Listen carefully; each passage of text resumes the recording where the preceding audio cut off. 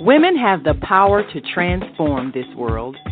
We can end crime and violence if we all agree to do one thing: share. Let's share our wisdom, share our time, share our talents, share our finances, but most of all, let's share our love. This is the Female Solution.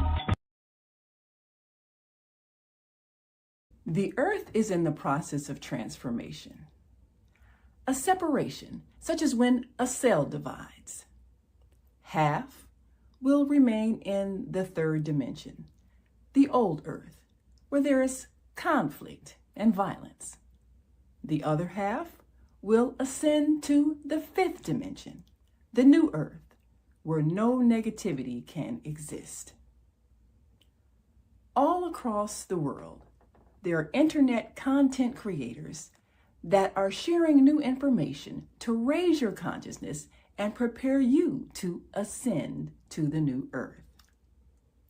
Join me, Naima Latif, every Wednesday morning, 7 a.m. to 8 a.m. Central Time, and we will introduce to you these voices of enlightenment. Grand Rising.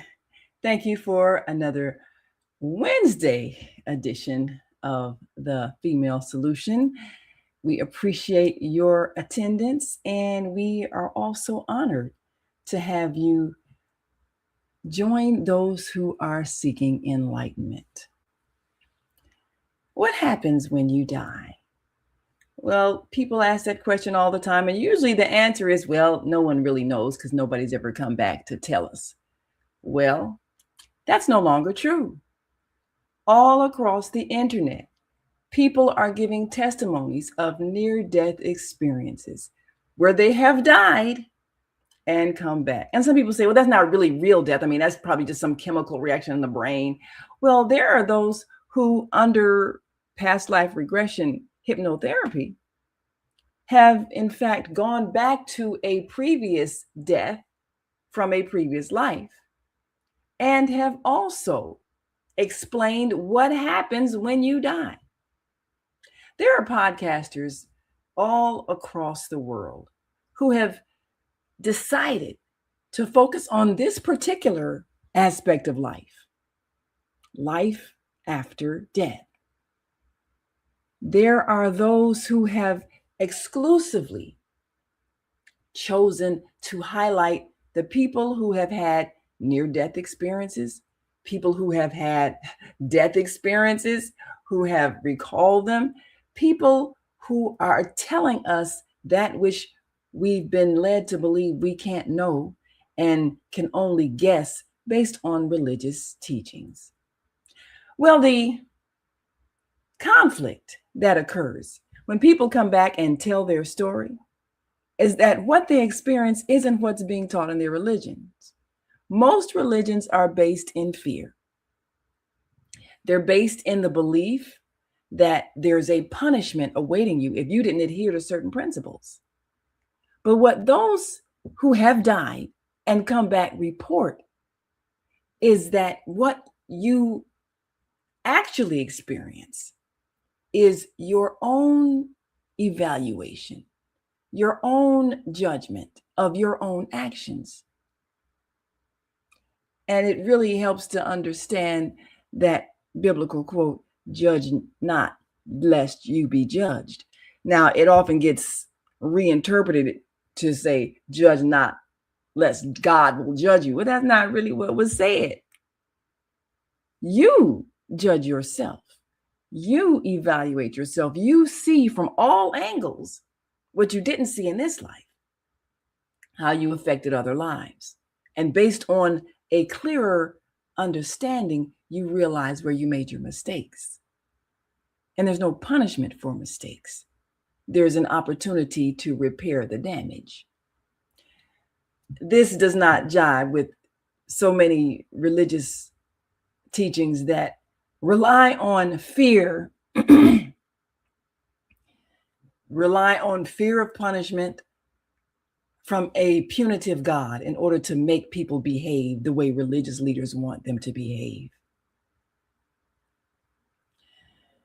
Well, the one we know is Jesus, Yeshua, had as his mission to undo that stronghold of religious leaders that wanted to be the ones that defined what God said and what would happen after you die, so that you would have to obey them. The truth will set you free, free from oppressive leadership, free from fear of death, free from oppression by those who sought to control your thinking and regulate your behavior to keep themselves in a position of empowerment. What we learn from those who die and come back is that death is not real. There is no death.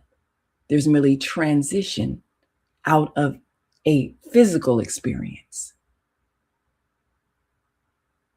But you, the person, the consciousness, the soul, you are ever existing. And that's a teaching that many are not comprehending. And so they are able to control people using the fear of death. Well, today we want to share a few near-death experiences from people who come back with some unexpected testimonies based on something that they didn't expect to happen, and an understanding that they now have based on what they saw.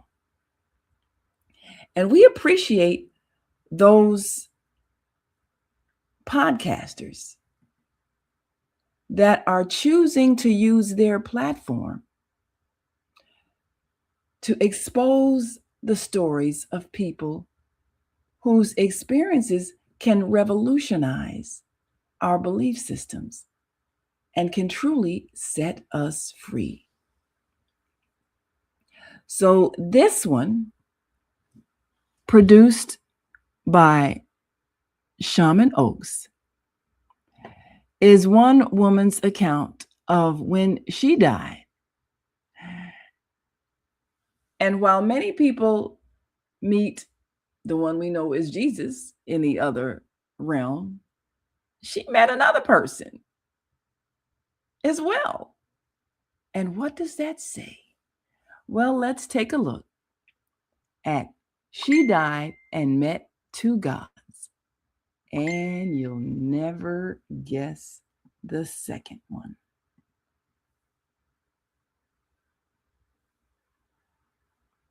Oh, wait a minute. Let's make sure we've got sound, because we want to make sure you hear it all. And if you have friends who are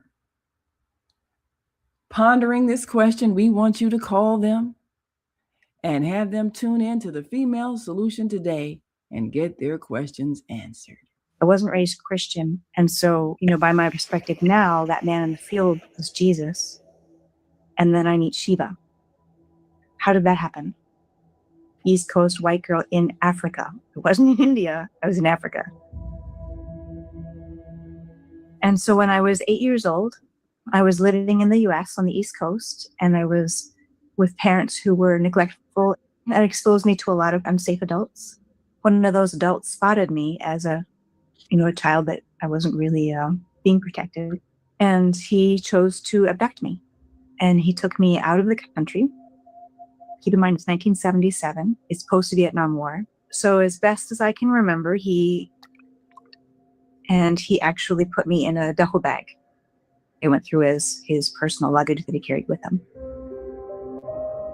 When I became conscious, I was in a small apartment, and he was there, and I kind of came to figure out when we went outside that it was a military base, and he was in uniform. My life was in danger at every moment, and I was hospitalized. No one stopped him from coming to get me, so he just walked in, said he was my dad, and took me. So he took me to a a place where it was a market, and it was the first place I actually realized we were in Africa, because before on the military base, I didn't actually see that many people of color. And in the market, it was mostly Black. So he actually abandoned me at that point. He gave me over to another man and then just drove away. It was incredibly mixed because on the one hand, I just lost the worst, most dangerous enemy to me in the world. On the other hand, he was the only one who knew where I came from. I had this, at least a fantasy that he was going to be the one to get me back home. And so with him abandoning me, I thought, how am I ever going to get home now? Because I don't know the way. So what happened next is I went with the new man and we got on an old bus and went a ways, and then the bus broke down and we were all instructed to get off and walk.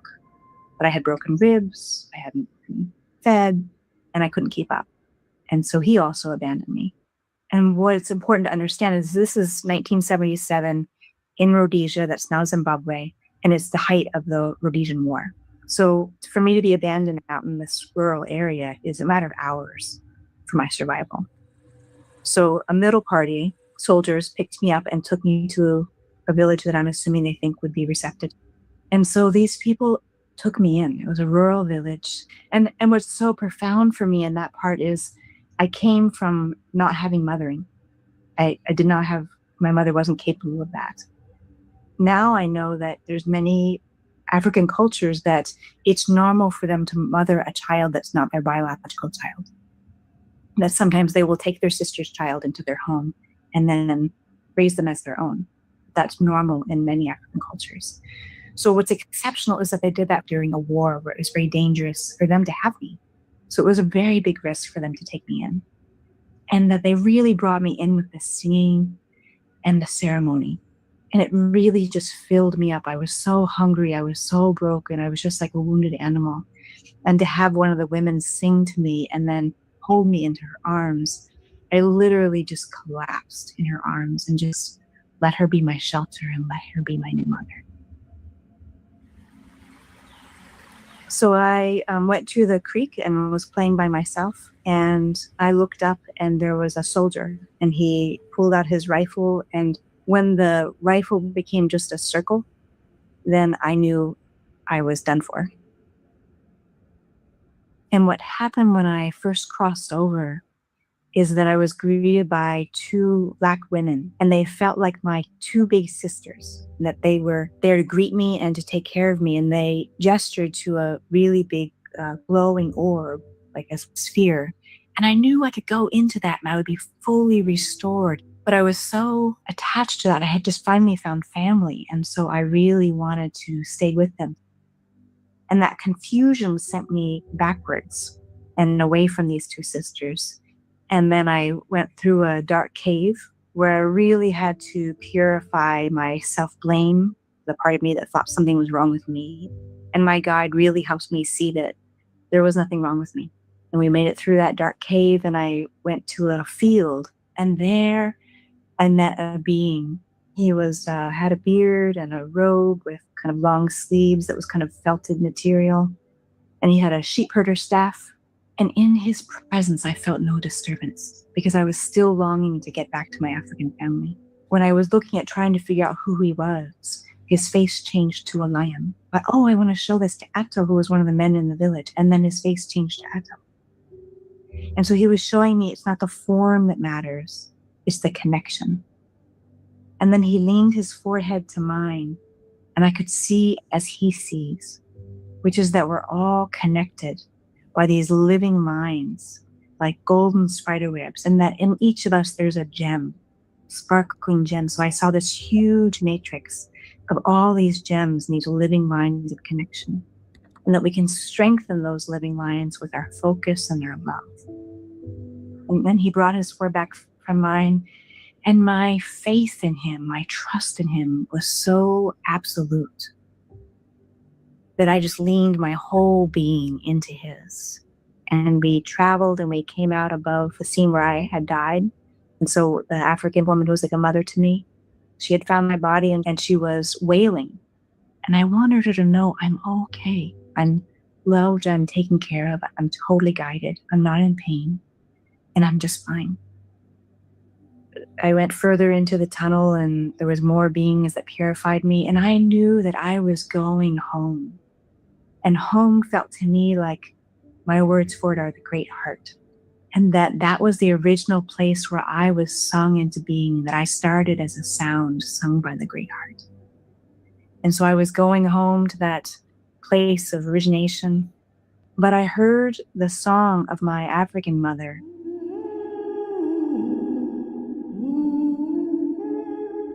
And when I listened, it awakened my memory that I hadn't done my purpose, which was to also be part of the medicine singers like she is. And that I too was to sing people to help them remember themselves. And that desire to live that purpose is what turned me around the tunnel. And I turned away from, going towards unification and total purity, and came back. And as I started coming back, I thought, I'm not sure I made the right choice. I'm getting pain, I'm getting body sensation, and I'm remembering what's back there. But I already made my choice. So it was like a river kind of moving me out. And so I came back to my body, and my African mother was like this great protector. I felt so fragile. And so they took care of me for many days, and I was starting to recover and be able to get up a little bit. And so what happened next is that the soldiers came back and attacked the village. And so one of the other mothers, I was in a hut with her, and when she thought everything was done, she grabbed me and started to run, and I was on her hip, and I was on her left side, so I was protected. And so she went down, and once I recovered from falling down with her, I thought, well, I have to drag her with me. But she was yelling at me just to go. And she had never yelled at me before. And so I was totally torn, like, I'm 8, I'm very weak, I'm not sure I can pull her. And she was yelling at me and giving me this command to go. So I followed her command. And I ran, and I could only make it so far. My blood pressure, of course, was so low. And so I almost made it to the trees near the Limpopo River before I collapsed. So I crossed over and had an entirely different experience. It was a white and blank, and there was just a little horizon line. And there was a song being sung to me on that horizon line. And it was literally like Sesame Street, where the words, "You will live." And there was actually, even just like Sesame Street, a blue bouncing ball. And so it's to the rhythm of Three Blind Mice. And that was a very positive memory for me, because one time when I was sick, kind of the most loving thing my brother ever did to me was sit down when I was really sick and read me the whole set of Three Blind Mice. And so when I was able to see through the veil, what I saw was a man, and his skin tone was kind of a very purple blue. It was very beautiful. And he was jeweled, and he had black hair that was up in a bun on the top of his head. And so he kind of was feminine and masculine at the same time, but really intensely powerful. And it wasn't soft and loving like the experience I had with the man in the field, where I just felt completely embraced. It was intense. And I felt like he had the power to make a mountain with his hand and destroy the mountain 2 seconds later with his hand. And that I knew he was telling me I was going to live because he chose it as part of a greater cycle. And that if he wanted it that I was destroyed and made into a new form, that would be also. But he was choosing for me to live because there was some reason that was going to help in some big cycle that I couldn't possibly understand. And his message to me is destruction makes available the ingredients for new creation. That we must break this apart, just like a mountain is made and then it comes down with erosion to make the beach. And you can't have the beach without the mountain being worn down. When I came back out of that experience, he was still with me, and he commanded me to move forward, because I just wanted to give up. I had just lost everyone I loved. I felt absolutely horrible. I saw no way I was going to make it, because I lost the people who took care of me. And he commanded me to move forward to the nearest well. Literally, I crawled for the whole rest of the evening until it was dark towards this well, because he commanded me to move every inch forward. And the next day I was found by a woman from another village. And she washed me off and muddled me up and took me back to her homestead. And when people saw, they said, don't bother with her. It's too dangerous. And she said, she's a living human being. I'm not going to throw her away. In hindsight, in the perspective I have now and the research I've done now, I wonder, was that Shiva? When people have the idea of people's near-death experiences are influenced by their beliefs, on the one hand, I get that. And I understand that. I wasn't raised Christian, and I certainly wasn't exposed to anything Hindu. And so, by my perspective now, that man in the field was Jesus. And then I meet Shiva. How did that happen? East Coast white girl in Africa. It wasn't in India. I was in Africa.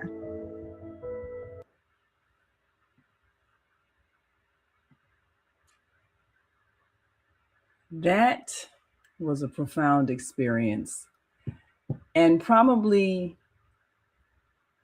is one that would cause a person who has been deeply indoctrinated into the idea that other people's religions, if they are not Christian, are incorrect. And other spiritual beings are evil. So much of that is part of what we experience in our cultures. The reason why people tend to attack each other if they come out of different belief systems, following different spiritual guides and figures. And yet, here is one woman's near-death experience, which refutes the idea that the different figures that we identify with a particular religious belief are in conflict with each other. Both of them came to help her, both of them expressing the personalities that they were known to have while in the earth plane, came to help her in her process. And the one she surmised was possibly Shiva gave her a word of understanding, which, if we listen, can help us understand why destruction is not necessarily a negative thing. Destruction makes a way for new creation. And so when people say, well, why would God let this happen? Why would God let that happen? And our perspective is not of the greater picture of what is being created in place of that which is being destroyed. So even as we look at our world today, systems that are crumbling, economic systems that are not working and are collapsing, they're making a way for that which is going to be a new creation, a better creation. So if we know that divine principle, then we don't panic and we don't misperceive it as being a negative thing. We understand that it is part of how nature evolves. So this was a very profound near-death experience stemming from what one would think as a horrible tragedy. She was kidnapped as a child, taken away from her place of birth, dropped into a place of a totally different, not only culture, but physical appearance of the people, language and everything. And yet she experienced love. And that is what is the teaching mechanism that we often learn. So we're going to take a quick break and come back and bring you another near-death experience from someone who did not expect to end up on the other side and certainly did not see what was programmed by religious teachings. And we do appreciate those who are using their internet platforms to teach us. And we thank Shaman Oates for that piece. And you can go to Shaman Oates, that is SHAMAN OAKS on YouTube for more near-death experiences. And we'll be right back after this quick break, and we want you to stick and stay, don't stray away, as we bring you this important message. Welcome to Master Force with Mushim Suit. Join us each week on Thursdays at 7 a.m. Central, live on Facebook and YouTube on the Female Solution page, as we dive into powerful topics designed to assist you in mastering your life force. Our conversations feature a diverse lineup of experts, all dedicated to your growth. Tune in weekly to discover new ways to elevate your spirit and raise your vibration. And remember, we are ascending.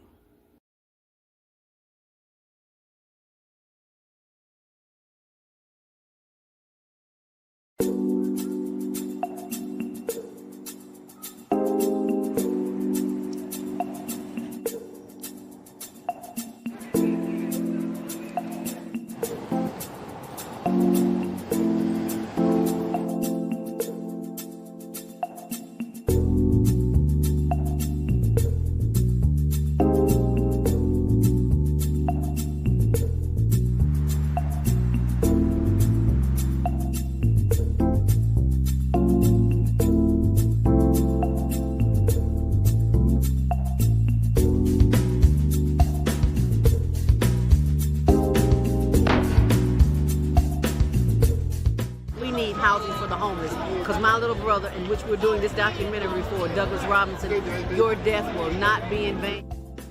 He was a heck of a great dude. And I love Doug. Doug loved me. Just being around him, he had a good spirit. He was a healing person. They are there. Get SROs back. When you give to the poor, should not be forced out of their neighborhoods when it goes through a period of transformation.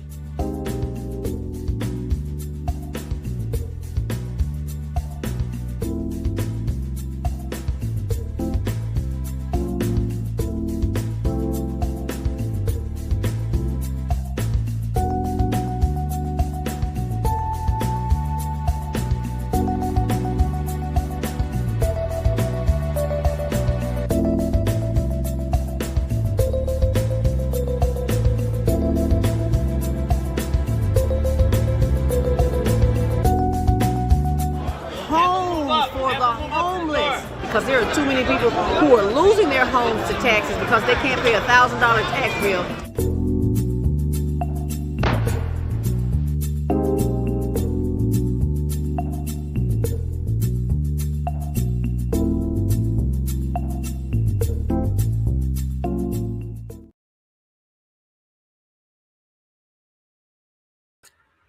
We are back, and you are watching Voices of Enlightenment. We appreciate you so very much for joining us on this Wednesday. And we appreciate you for sharing this show with those who you believe may be touched by information that can help us all to evolve. Well, you know, most of us grow up with some kind of belief system, even if our parents were not actively religious. We have friends that are religious. It's part of the culture. And so much of it is based in conformity. You must believe as you are told. And if something happens that changes your perspective, often you're shushed and told not to tell. So it becomes an act of courage to bring forth something that is not in line with the accepted belief. And yet there are so many across the world who are experiencing something that was not described in their religious teachings. So we're grateful for the podcasters that are using their platform to give a voice to those who have profound experiences they need to share. Now, this one, produced by the Peaceful Presence podcast, Faith, Hope, and Miracles, gives us another man's testimonial as he tried to express an experience that he did not expect to happen. That's me. What just happened? Welcome to the Peaceful Presence podcast. I'm Olivia Figuered. Today, my guest is Scott Drummond. At the age of 28, during a routine surgery, Scott left his body and had a near-death experience that has transformed his life. For decades, though, he kept that experience to himself because he wasn't sure how people would respond. And then after feeling prompted to share his story, he said yes to his very first podcast interview. And millions of people around the world have now watched it. And I think that tells us something. I believe that people are hungry for hope and searching for answers and longing to know that there is more beyond this life. In this conversation, Scott shares his near-death testimony and the lessons that he brought back and how they've shaped the way he lives. I hope that this conversation encourages you and that it strengthens your faith and it gives you a deeper trust that you are surrounded by God's love way more than you realize. If this podcast has been an encouragement to you, I'd love for you to subscribe. It helps me to reach more people with faith-building content.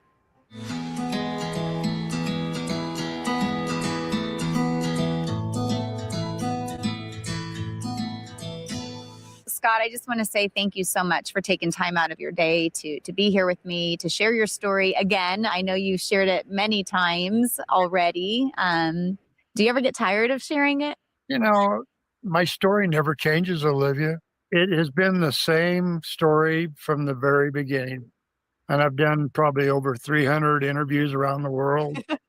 But it never changes. And it can't change.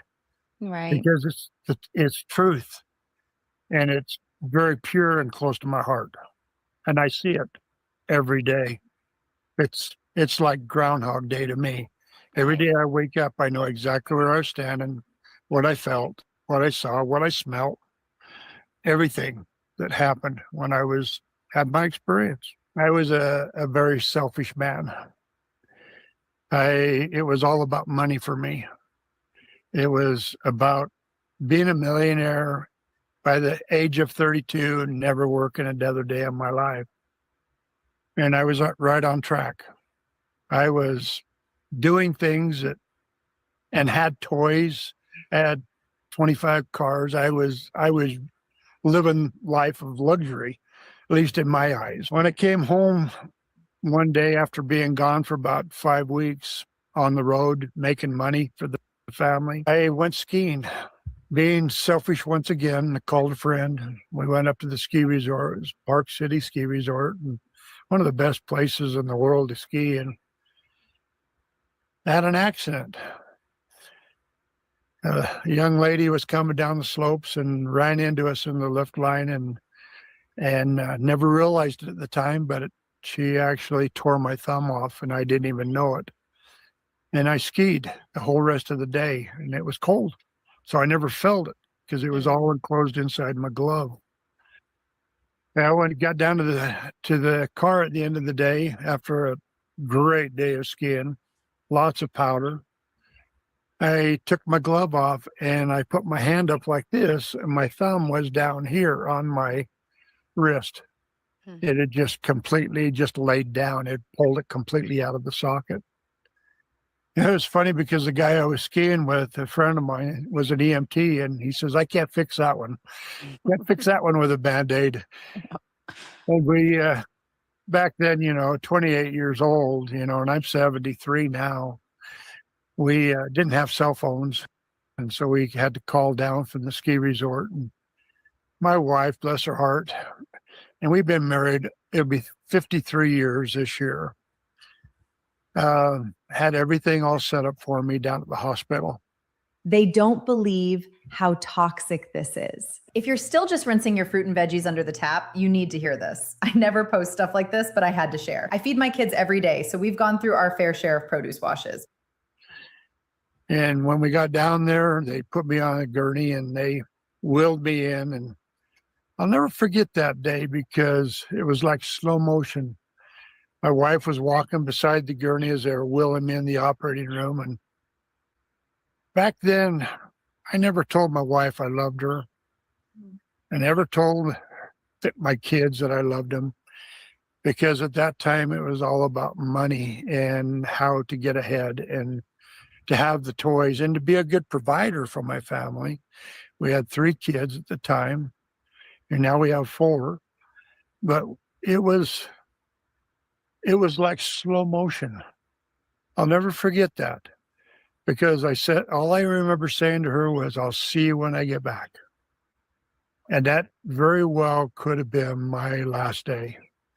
Because even though it was a simple operation of just rebuilding my thumb, it didn't go quite as planned. Right. When they wheeled me into the operating room, they were going to do, the anesthesiologist was going to give me a shot and put me out, and they were just going to go ahead and do the operation. But he was called away. There was another emergency going on in the hospital. And the doctor said, "Well, that's okay. I know another procedure. It's called a bear block. It's spelled BEIR. And what they do is they put on an air tourniquet on your arm. And they raise your arm like this, and then they drain all the blood out. And then they tighten the valves after they blow up. It's kind of like a balloon tourniquet. And then they put it down, and then they put a local in where they're going to do the operation, which was lidocaine, high dose of lidocaine." Well, I felt okay about it because he had done it before. And what they did is they put a sheet up between me and where they were operating. While I was laying on the table, and it was just out on another table, and they were just operating. Nothing too serious. I could hear them talking. I mean, everything was just fine. They were kind of laughing about what was going to happen. And the nurse was saying, "Boy, that thumb doesn't look very good, doctor." And I'm going, "Well, I really can't feel it." "Yeah, because they just shot me through lidocaine." And so it was very laid back and felt very normal. Right. Very routine, And probably. it was okay. It felt natural. But as the operation went on, about 20 minutes into it, I noticed pressure coming down my arm. And it was from the tourniquet, being so tight. And the doctor says, "Okay, this is what you do," because the nurse had never done this before. So she was totally trusting what the doctor was telling her, which is good, because she had done other procedures with him before, but not this particular one. And so he said, "Well, loosen up the one valve, make sure the second one is still closed, but loosen the first one." And when she did that, man, pressure went off. It felt great, and they started working on me. And I could hear the tools all tinging, on the tray, and I thought it was kind of funny, because I thought, "Oh, this isn't going to take long." And as the operation kept going, pressure started coming back on my hand again, my arm. And in this specific situation, you're supposed to tighten up the first one that you loosen, and then unloosen the second one. Well, instead, the nurse just loosened the second one and forgot to tighten the first one. And the next thing I felt was something was going up my arm, across my chest, and into my heart. And it was so unusual, because I saw myself lifting out of my body. It was like I was laying down, but I sat up in my body and went up into the corner of the room and started watching them operate on me. And again, there was a sheet between me and where they were working, so they knew that I couldn't see what they were doing, but they knew that I could hear what they were doing. Right. And it was strange because I could hear it through my ears, them down there talking. And then I noticed someone was standing beside me, and they were on my right side. It was just out of my view. But what they were doing is they were talking to me through my mind. Mm-hmm. And it was so comforting. It was like, hey, somebody's here with me. It's like you and your kids, when you wrap your arms around your kids, they know mom's right there and the presence is right there. Well, this is the way it was with the man, and it was a man because I could tell by his voice. Did it And feel he- very normal to you? Like very normal, very natural, being out of your body, just kind of observing? very natural. Yeah. Yeah. I've had people describe that. They feel more alive, more real, outside of their body than they do in. And did you have awareness? Because you said you were hearing, but did you have awareness that this was you on the table? Like what was all No, happening? I didn't recognize the person on the table. Oh. I just created a $47 ebook in 3 minutes flat using AI. Time me while I do it again. Already in Designer, interface is loading. Watch how fast this is. Clicking Word Genie. No delays, no complaints. Really? It was very interesting because I was paying more attention to what the doctor and the nurse was doing, and I was looking at the machines, and I was looking at all the tools. I can still remember how the tools were all lined up, and I was more interested in the operation than I was than the person that was laying down on the table. But yet, after a little time, I looked over there and I wondered why that person wasn't moving. And again, I hadn't recognized that was me. Just that there was a person laying on the table. And when the nurse did what she did on the second valve, she went running out of the room. And she made a comment that she had killed me. And I remember that so vividly because I wondered, why is she so upset? And then when she ran out, there was a team of doctors and nurses that come running in, and they started cutting the clothes off of that person that was on the table and putting monitors on it and putting shockers on the chest, trying to bring this person back. And I looked down at the machine, and there was no bounces on the machine. It was just a flat line. And I looked down there and I went, that guy's in trouble. He's not moving. And the person next to me, through my mind, said it was time to go. And I took one last glance over to that person that was on the table, and I went, that's me. That's me. What just happened? Wondering what happened. But yet everything was still calm. It was natural. It was almost as if, we come into this life natural. Well, we go out of this life natural. There was no fear, no anxiety, I was calm. Yeah. But I'll never forget looking down at that person who was me on that table and going, it's time for me to go. It was very unusual feeling. You said you were calm. Do you think in that moment like, oh, I have any regrets, or do you just not even think of it like that at all? Okay. No, not at all. In fact, that didn't even enter my mind until I got into the next area that I went to, which was in a great big open field. It was like a meadow. And it was the most beautiful place that you can ever imagine going. Colors that you don't ever see here. It was beautiful flowers and beautiful trees and beautiful grass, long strands of grass. And in front of me was 3 distinct clouds. And the clouds were very unusual because the 2 on the side were just pure white. But the one in the middle is the one that really stood out to me. And it was like, have you ever looked at a chandelier and saw all the colors in a chandelier? That's the best way that I can describe it, other than seeing a car that is white that has a pearl finish. They have Like the translucent. purples and the blues, navy blues. It has some pink colors. I mean, it's just the most beautiful colors you can imagine in that middle cloud.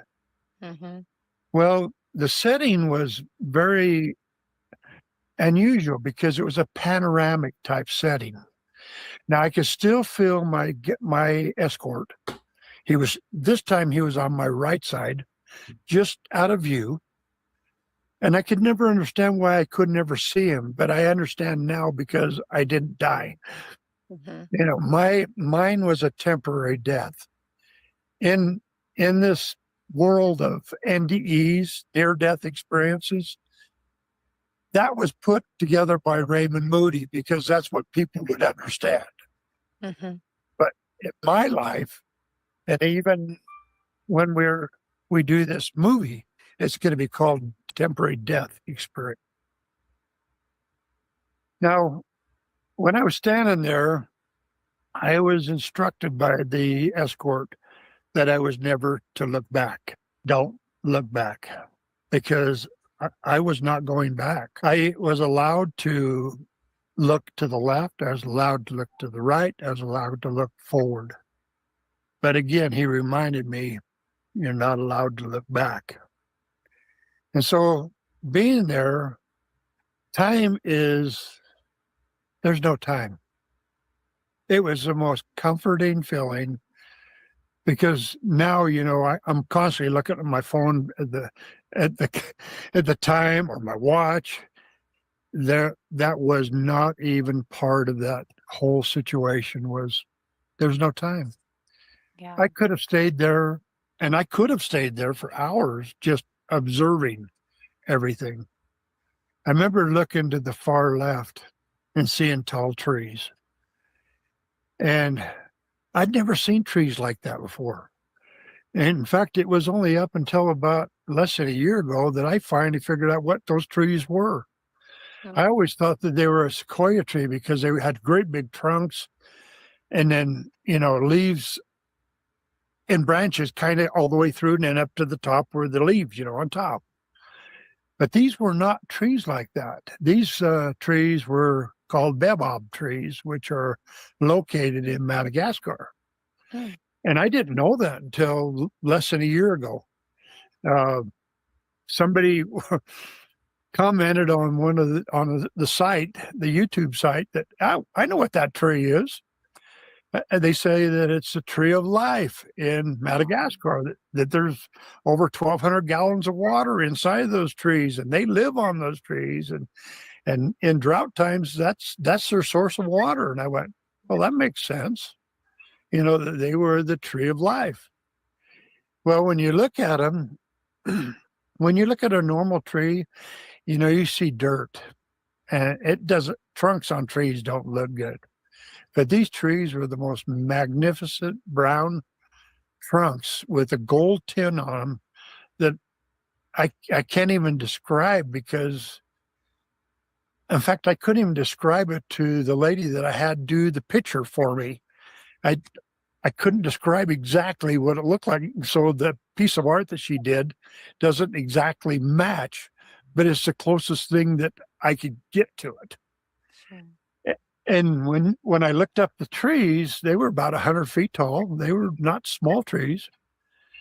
And then they had leaves on the top, and the leaves were brilliant colors, brilliant reds and greens and yellows.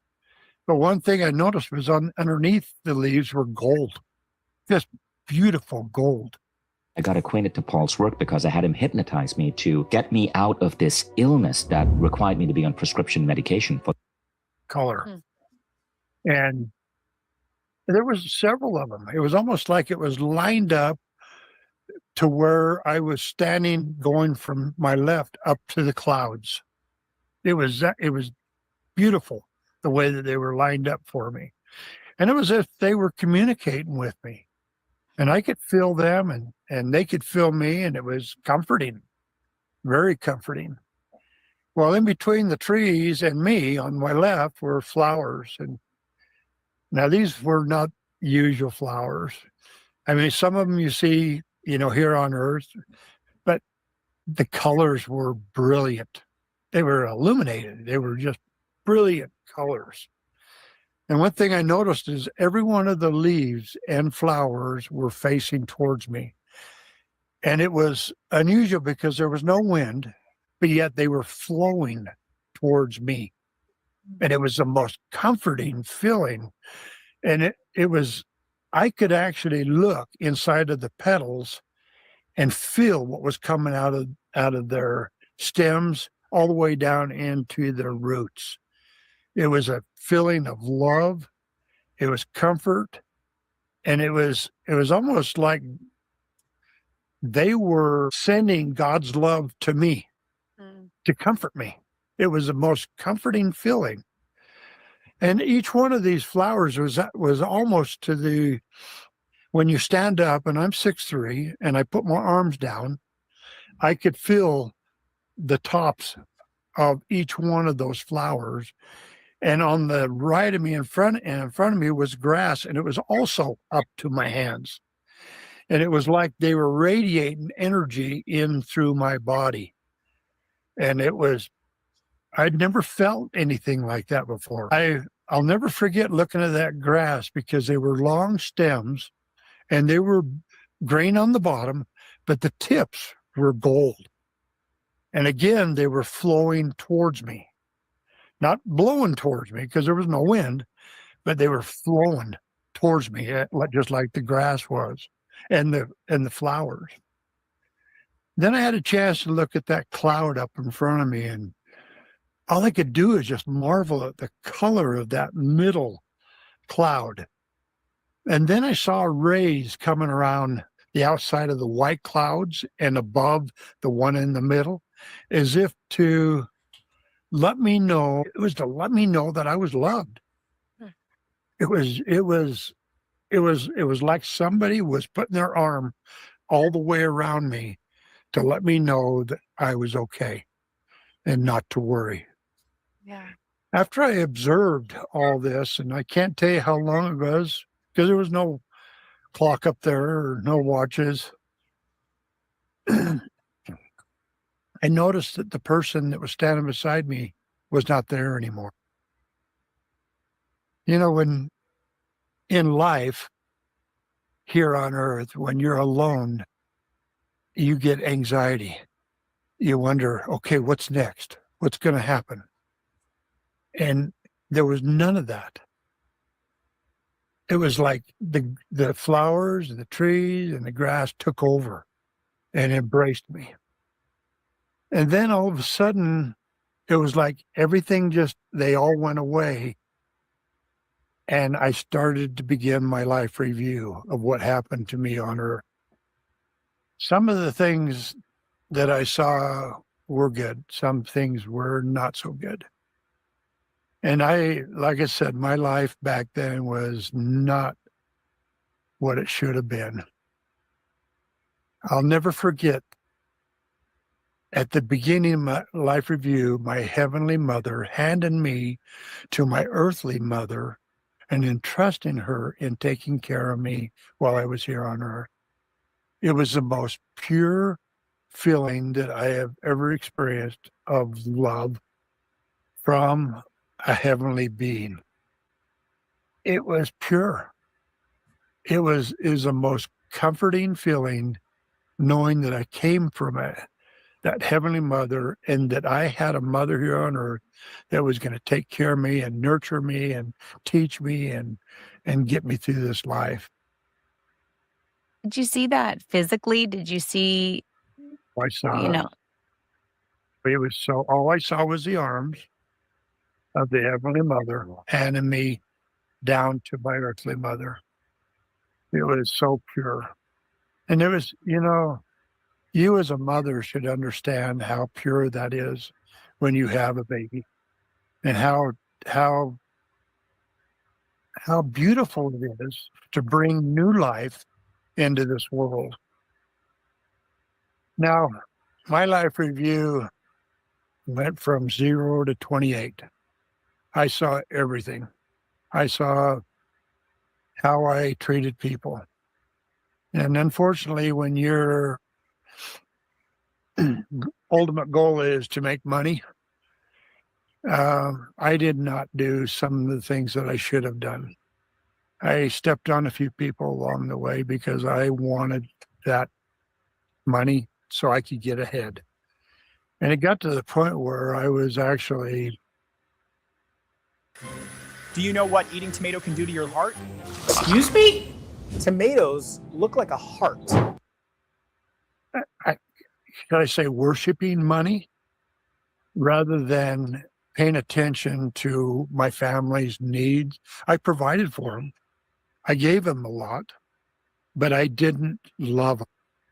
It was almost like I was buying my kids' love. And that you cannot do that. Love is something that has to be earned. And it's through trust. You have to trust the person. It was something that I had to sit back almost and go, is this how it's done? Because I didn't understand how to really do that, because I had really detoured in a wrong direction. After it was over, it was the most unusual feeling because there was nobody to argue with. Nobody to tell, this is why I did this to this person. It was what it was. And I went, okay, I did it. I accept what I did because I did it. I saw it. I saw it black and white. Do you have feelings in this state of being? Like, are you feeling remorseful for what you did? Like, is there any of that? Or is it just like more of a factual, like, this is what happened? It is over. I get that. And what's unique about it is, first of all, if you go back, I was told don't look back. And that's what came to my mind. When my life review was over, don't look back.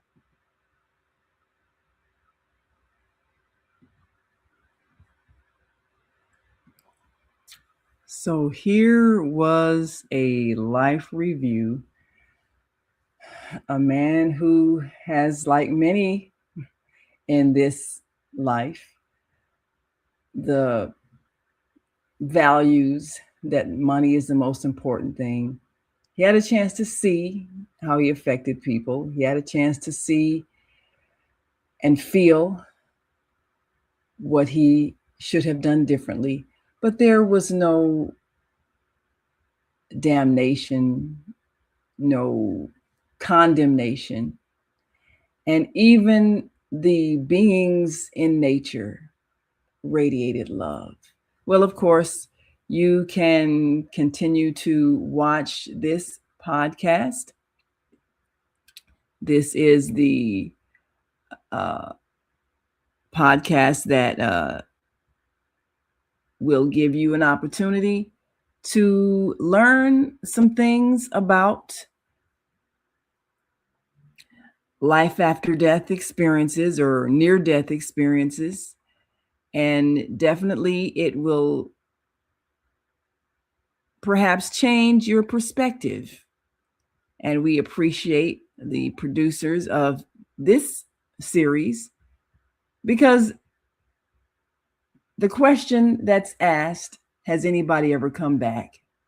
Yes, they have. And yes, they have given their testimony. And on the other side, no matter what mistakes you've made, there's only love. And you will see that all of life is there. The flowers, the trees, and they're all communicating. So what Earth is a mere reflection of the reality of life that we experience on the other side. And we've got a comment that says, Trust is a big issue in all communities. It first has to come from within, trusting self to make conscious decisions. That is so true. So as we navigate through life, we need to be able to listen to that voice within and trust and know that the creator of the universe is with all of us all the time. And it is not a condemning power. It is not a judging power. This is a school of experiences to guide us. And many of those who have had the experience of leaving here, they have come back to share their story for a purpose, to help us all evolve to higher consciousness. And there is no reason to fear. I'm Naima Latif, and we will continue to share with you those experiences so that you can know what happens on the other side. Until next time, continue to shine your light. Have you seen all the solar farms popping up everywhere? You know, the big fields with the solar panels. There's one in our community. They produce electricity using the clean energy of the sun to send to the power grid to reduce our energy costs. Because not everybody can get solar panels put on their roof the way I have, but everybody can enroll for free to share the energy produced by the solar farms. That's why they were built. You know you're supposed to be getting a 10 to 20% savings on your bill for that, right? Illinois has a goal to transition by 2050 to 100% clean energy. So everybody needs to be connected. People in other communities are already getting their savings. So I'll be by to see you because they want to make sure you get your savings as well. It just takes a few minutes. I'm Naima Latif. Call me if you have any questions. 312-849-3456. And make sure that you be a part of this very important effort, because as we respect our environment, we're also helping to support those who need our help. And you can support clean energy and help the Higher Learning Network feed the homeless and those who are unhoused. So to start the process of connecting you to a local solar farm, just text a clear copy of the front and back page of your electric bill to 312-849-3456. And the Higher Learning Network will receive a referral gift of $25 to help feed our unhoused neighbors. Until next time, continue to shine your light.